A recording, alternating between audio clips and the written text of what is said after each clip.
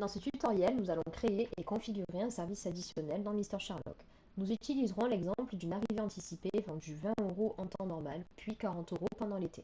À la fin de cette vidéo, vous saurez connecter le compte Stripe, créer un service dans le catalogue du Workspace, définir son prix, ajouter une période tarifaire, configurer ses horaires et ses règles de commande, éviter les conflits, choisir entre validation automatique et manuelle, associer le service au logement concerné, puis gérer les comptes depuis la messagerie.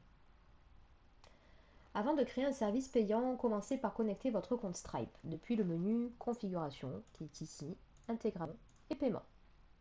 Appuyez sur le bouton Connecter, puis suivez les étapes pour connecter votre compte Stripe, votre compte ou vos comptes Stripe.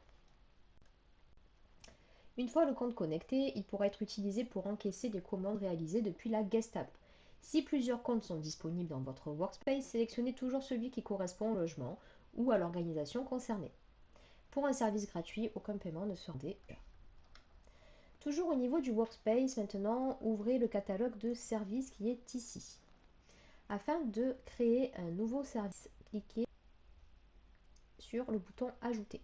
Le catalogue est recommandé lorsque la même prestation doit être proposée sur plusieurs logements. Dans notre exemple, nous allons créer une arrivée anticipée. Donc dans un premier temps, choisissez une icône. Pour une arrivée anticipée, on va choisir d'abord, je pense que le mieux c'est la porte ouverte. Et vous avez une multitude d'icônes pour pouvoir présenter votre service. Vous pouvez choisir une image pour présenter votre service, donc depuis votre ordinateur ou bien depuis la banque d'images libre de droit que l'on a à disposition. Hop, vous pouvez choisir celle-ci. Vous pouvez aussi choisir une vidéo depuis votre ordinateur.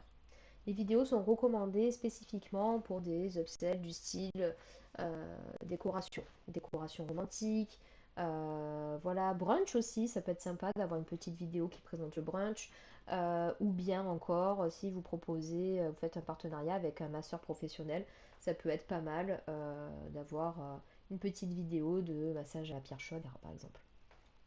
Une vidéo est toujours plus parlante pour le voyageur, que ce soit pour expliquer des tutoriels d'équipement ou bien pour présenter service. Prochaine étape, du coup, vous pouvez noter le nom. C'est pas que vous pouvez, c'est que vous devez noter le nom du service. Donc par exemple, arrivée 14 h et mettre une description qui donne envie aux voyageurs de cliquer sur le bouton commander et payer. Donc ça, si vous n'êtes pas très à l'aise sur la partie commerciale, n'hésitez pas à utiliser Claude ou ChatGPT pour vous aider à rédiger une petite description du service. Par la suite, vous pouvez sélectionner le mode de paiement, soit un paiement par Stripe ou bien sans paiement.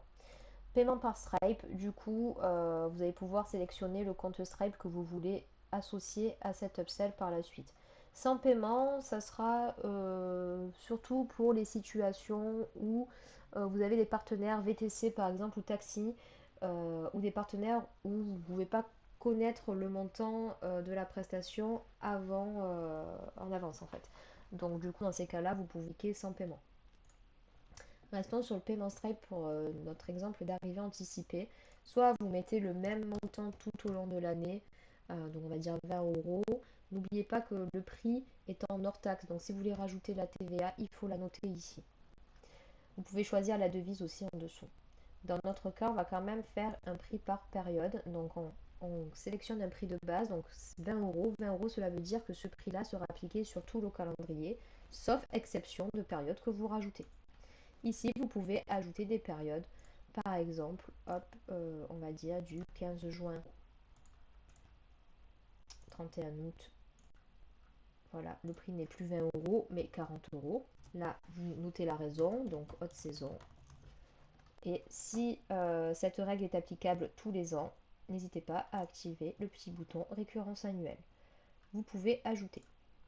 Mais vous pouvez aussi ajouter une période moins chère que le prix de base, pas forcément plus cher. On va dire que par exemple en janvier, pour tout le monde, le mois de janvier n'est pas forcément super top hormis pour les stations. Donc du coup, on va dire du 1er au 30. Hop, voilà, l'arrivée anticipée est à 15 €, on va dire, au lieu de 20. Là, vous mettez faible période. Ok. Et là, vous mettez récurrence annuelle si vous souhaitez que ça s'applique tous les ans à la même date. Et vous cliquez sur ajouter. Et vous pouvez faire une multitude du coup de tarifaires comme vous le souhaitez. Après, vous avez les boutons arrivée anticipée et départ tardif. Ici, c'est pour vraiment paramétrer les conditions d'arrivée anticipée et de départ tardif par rapport à quelle heure au plus tôt le voyageur peut accéder au logement et à quelle heure au plus tard il peut quitter le logement. Donc là, dans notre cas, c'est arrivée anticipée, l'heure la plus tôt pour accéder au logement, on va dire par exemple 14 heures. Vous avez aussi un bouton prévention de conflit de réservation. Hop là. Sur ce bouton là, ça sert à quoi? Ça sert à empêcher une commande si un autre voyageur termine son séjour le jour de l'arrivée. D'accord? Ça c'est si vous sélectionnez bloquer si réservation adjacente. Si vous bloquez si service opposé commandé, c'est la même chose, sauf que dans notre cas là c'est une arrivée anticipée. L'arrivée anticipée ne sera pas possible si un départ diff est déjà commandé, validé, payé le même jour. Cela permet en fait d'éviter de mettre en difficulté vos agents d'entretien. Vous pouvez sélectionner un délai de commande.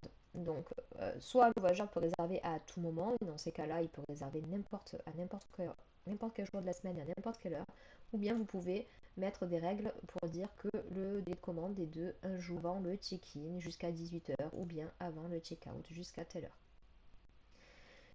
Enfin, vous pouvez choisir le mode d'acceptation. Est-ce que c'est une acceptation automatique, c'est-à-dire que la commande est immédiatement validée et le paiement est déclenché directement, ou bien est-ce que c'est une validation manuelle et dans ces cas-là, une empreinte bancaire est réalisée sur la carte du voyageur au moment de la commande et vous recevrez une notion où vous pouvez accepter ou refuser la commande et donc le paiement.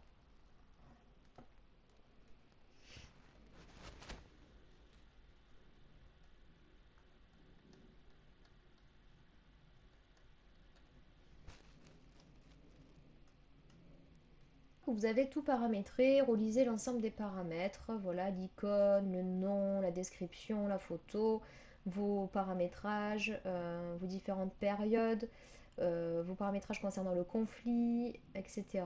Et une fois que vous êtes sûr, vous cliquez sur créer le service. Une fois que vous avez créé le service, il va s'afficher dans votre catalogue de services qui se présente ici.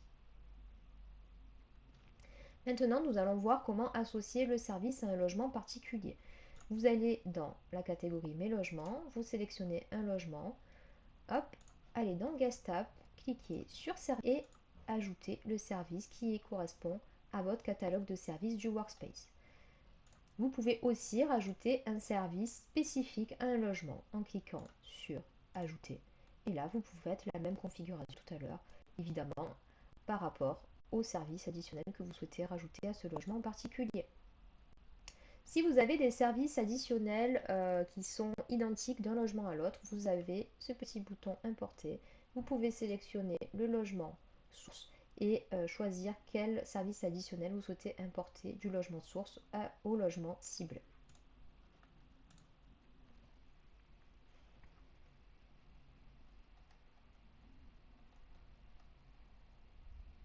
Une fois que vous avez fait tout ça, vous pouvez vérifier l'affichage dans la Guest App en allant faire une sandbox. Hop, ici, et là, vous voyez, vous avez un lien vers la Guest App. Donc là, et vous pouvez voir comment vos services additionnels se présentent dans la Guest App. Hop, et vous pouvez voir, voilà, par détail. Donc ça, c'est plutôt cool.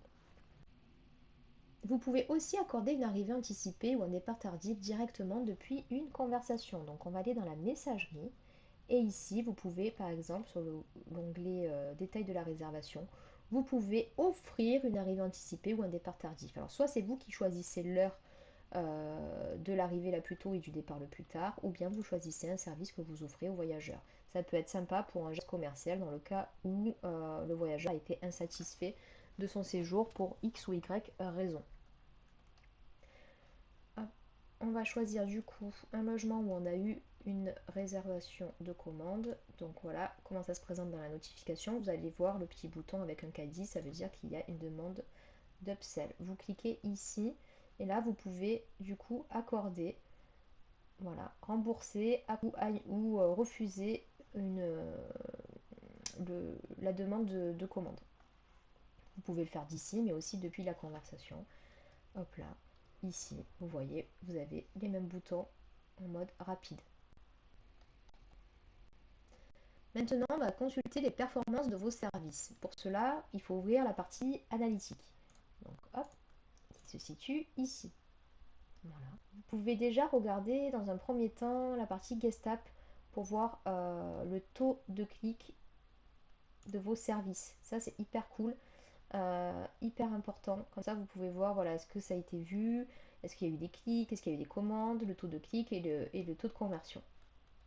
Une fois que vous avez vu ça, vous pouvez voir aussi de vos ventes, alors sur tout le workspace, donc pour tous vos logements, ou bien en sélectionnant un logement en particulier. Vous pouvez voir au top service quels sont les services les plus vendus et quels sont les logements qui commandent le plus de services dans votre parc. Votre premier service additionnel est maintenant configuré. Vous savez créer une offre réutilisable, appliquer un tarif différent sur une période, prévenir les conflits, choisir son mode de validation et l'associer au logement concerné.